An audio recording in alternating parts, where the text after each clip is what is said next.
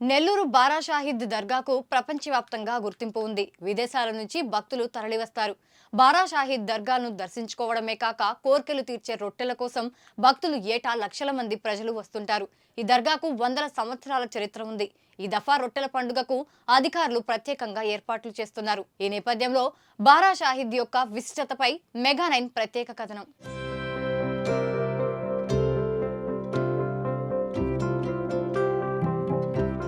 బారా షాహిద్ అంటే వీరమరణం పొందిన సంఖ్యను ఉర్దూలో బారా అంటారు. వీరమరణం పొందిన 12 మంది అమరులను ఉర్దూలో షాహీదులుగా పిలుస్తారు. ఈ నేపథ్యంలోనే దర్గాకు బారా షాహిద్ అనే పేరు వచ్చింది. వారు ఉన్న దర్గానే నేడు మనం పిలుచుకునే బారా షాహిద్ దర్గా. టర్కీకి చెందిన 12 మంది మత బోధకులు మక్కా నుంచి మహమ్మద్ ప్రవర్తక సందేశాన్ని ప్రజలకు వివరిస్తూ భారతదేశానికి వచ్చారు. ఆ సమయంలో మైసూరును పాలించే హైదర్ అలీ సహకారంతో అనేక ప్రాంతాల్లో దైవ బోధనలు చేశారు. పలు ప్రాంతాల్లో మసీదులు నెలకొల్పారు. ఆ సమయంలో కొడవలూరు మండలంలోని గండవరం గ్రామంలో తమిళనాడు వాల్జారాజులకు బీజాపూర్ సుల్తానులకు మధ్య యుద్ధం జరిగింది. ఆ పవిత్ర యుద్ధంలో టర్కీ కమాండర్ మత ప్రచారకుడు జుల్ఫికారు బేగుతో 11 మంది వీరమరణం పొందారు. వారి తలలు గండవరంలో తెగిపడగా వీరుల మొండాలను గుర్రాలు నెల్లూరులోని స్వర్ణాల చెరువు వద్దకు తీసుకువచ్చాయి. ఈ నేపథ్యంలో వీరమరణం పొందిన 12 మంది నెల్లూరు కాజీకి కలలో కనపడి తమను అక్కడే సమాధి చేయాలని కోరారు. వారి కోరిక మేరకు 12 మందికి సమాధులు నిర్మించారు.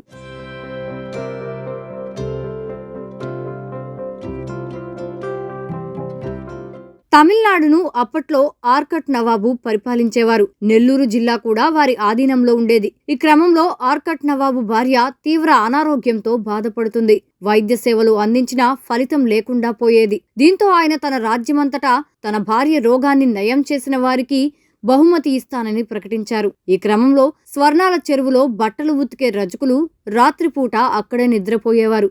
రాత్రి కలలో బారా షాహిదులు కలలో కనపడి ఆర్కట్ నవాబు భార్య అనారోగ్యంతో ఉందని, దర్గాకు వస్తే నయమవుతుందని తెలిపారు. ఈ విషయాన్ని రజకులు రాజుకు తెలియజేశారు. అప్పటికే పుణ్యక్షేత్రాలను దర్శిస్తే రోగం నయమవుతుందన్న పండితుల మాటను విన్న రాజు మరుసటి రోజు తన భార్యతో కలిసి బారా షాహిద్ దర్గాలో నిద్ర చేశారు. షాహిదుల మహత్యం, రాజు భార్య రోగం నయమైంది. దీంతో రాజు రాణి ఇద్దరు స్వర్ణాల చెరువులో స్నానమాచరించి తమ కోరిక తీరినందున తాము తెచ్చుకున్న రొట్టెలను స్థానికులకు పంచారు. దాన్ని ఆరోగ్య రొట్టెగా ప్రజలు మార్చుకుంటున్నారు. ఇక నెలవంక కనిపించిన 11వ రోజు నుంచి ఆర్కట్ నవాబు ప్రారంభించిన ఈ రొట్టెలు మార్చుకునే కార్యక్రమం రొట్టెల పండుగగా మారింది. మొహరం నెలలో నెలవంక కనిపించిన 11వ రోజున రొట్టెల పండుగ ప్రారంభమవుతుంది. ప్రారంభమైన మరుసటి రోజు గంధ మహోత్సవం చేస్తారు. కోటమిట్ట అమేనియా మసీదు నుంచి గంధాన్ని తీసుకువచ్చి 12 మంది షాహీదులకు లేపనం చేసి భక్తులకు పంచిపెడతారు. అనంతరం తమ కోర్కెలు తీరాలని భక్తులు వివిధ రకాల రొట్టెలను ఒకరికొకరు మార్చుకుని బారా షాహీదులను ప్రసాదించిన ప్రసాదంగా భావిస్తారు. నెల్లూరు జిల్లాకే తలమానికమైనటువంటి బారా షాహిద్ దర్గా, ఈ యొక్క బారా షాహిద్ దర్గా ప్రత్యేకమైన ప్రాముఖ్యత ఏంటంటే, కొన్ని వేళ్ల నాటి యొక్క చరిత్ర ఉన్నటువంటి బారా షాహిద్ దర్గా వందల సంఖ్యల నుంచి వేల సంఖ్యల నుంచి ఈరోజు లక్షల సంఖ్యలో ఇక్కడ రొట్టెల పండుగకు బారా షాహిద్ దర్గానికి దేశ విదేశాల నుంచి ఇక్కడ రావడం జరుగుతుంది. అనేక రాష్ట్రాల నుంచి రావడం జరుగుతుంది. అయితే ఈ యొక్క బారా షాహిద్ దర్గా ఆంధ్రప్రదేశ్ రాష్ట్ర పండుగగా తెలుగుదేశం ప్రభుత్వ హయాంలో ప్రకటించడం జరిగింది.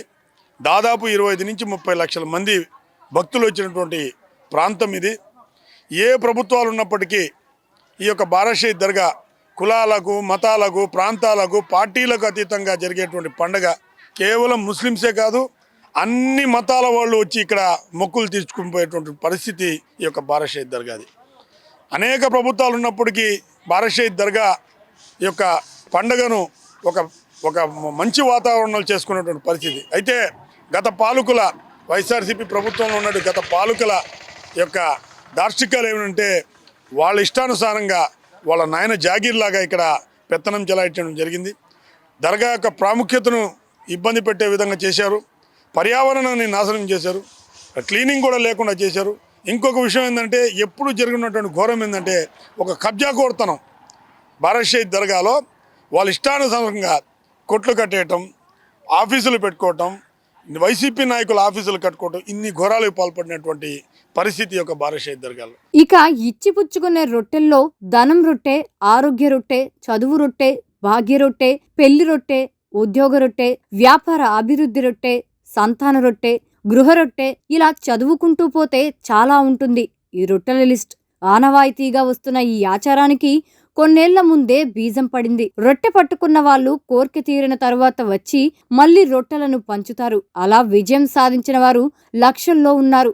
రొట్టెలు తీసుకుంటే సక్సెస్ అవుతుందని, దేవుడి అనుగ్రహం కూడా ఉంటుందని నమ్ముతుంటారు. తెలుగుదేశం ప్రభుత్వం, కూటమి ప్రభుత్వం వచ్చిన తర్వాత రాష్ట్ర పండుగగా గుర్తింపు తెచ్చింది తెలుగుదేశం ప్రభుత్వం కాబట్టి ఈ యొక్క బారాషాహి దర్గా రేపు జరిగేటువంటి 17, 18, 19, 20, 21 తేదీ 5 రోజుల పండుగ అత్యంత ప్రతిష్టాత్మకంగా రాష్ట్ర ప్రభుత్వం తీసుకుంది.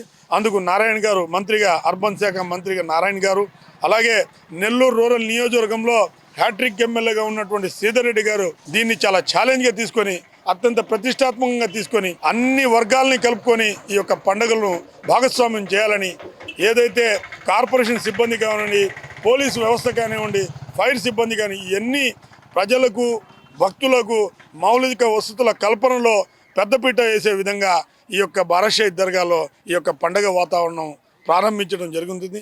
2 రోజులకు ఒకసారి కార్పొరేషన్ అధికారులందరితో రివ్యూ మీటింగ్ చేసి అటు ఎమ్మెల్యే గారు కానివ్వండి, వాళ్ళ సోదరులు గిద్దరెడ్డి గారు కానివ్వండి 24/7 ఇక్కడే ఉండి ఈ యొక్క మౌలిక వసతులపై, ఈ యొక్క దర్గా యొక్క కార్యక్రమాలపై ప్రత్యేక శ్రద్ధ చూపించాలని, ఎక్కడ కూడా విమర్శలకు తావు లేకుండా ఈ యొక్క బారాషాహి దర్గా పండుగ ఈ సంవత్సరం అత్యంత అంగరంగ వైభవంగా చేయాలనే ఒక ఆలోచనతో రాష్ట్ర ప్రభుత్వం, మంత్రి నారాయణ గారు, అత్యంత ముఖ్యంగా రూరల్ ఎమ్మెల్యే శ్రీధర్ రెడ్డి గారు, వాళ్ళ సోదరుడు గిద్దరెడ్డి గారు ఈరోజు తీసుకోవడం జరుగుతుంది. కాబట్టి మేము కూడా ఈ యొక్క పండుగను ఎక్కడ కూడా వివాదాలకు పోకుండా, అలా ఏదైతే ఈ యొక్క వివాదాలకు తావు లేకుండా ఈ యొక్క పండుగ చేయాలని మేము కూడా చాలా ఉత్సాహంగా ఉన్నాం. ఖచ్చితంగా ఈ యొక్క బారాషాహి దర్గా రొట్టెల పండుగను మేము సక్సెస్ చేసి చూపిస్తామని చెప్పి యావత్తు ఆంధ్రప్రదేశ్ రాష్ట్ర ప్రజానీకానికి, ఈ యొక్క బారాషాహి దర్గా వచ్చే భక్తులందరికీ తెలియపరుస్తూ ఉన్నాం.